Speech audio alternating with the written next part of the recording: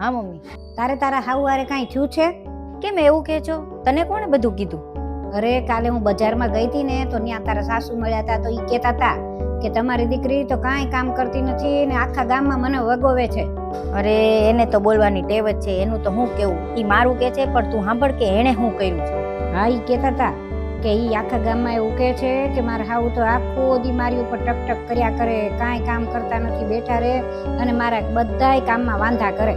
અરે ઈ આખા ગામમાં કેતા ફરે છે કે અમે તો અમારા છોકરા મોટા કર્યા, હવે મારી બહુ તો નોકરીએ વહી જાય છે, તો હું અમારે એનાય છોકરા મોટા કરવાના, અમારે કઈ જીવન જીવવાનું જ નથી, આખી જિંદગી છોકરા જ મોટા કરવાના છે.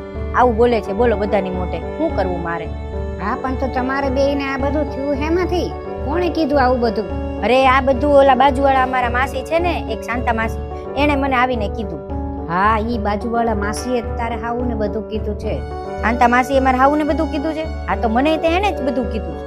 હા તો તને હવે સમજાણું કાંઈ? ઈવડાઈ તમારા બાજુવાળા તમને બેયને બધાડવા માંગે છે, કોઈ આપણું સારું ન જોઈ શકે. હા તારી વાત સાચી છે હો.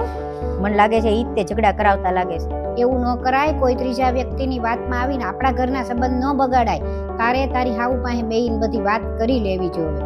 મારે હાઉ હારે વાત કરવી પડશે હવે. હા હાલો મૂકું. હા હારું, હાલો મૂકું ફોન.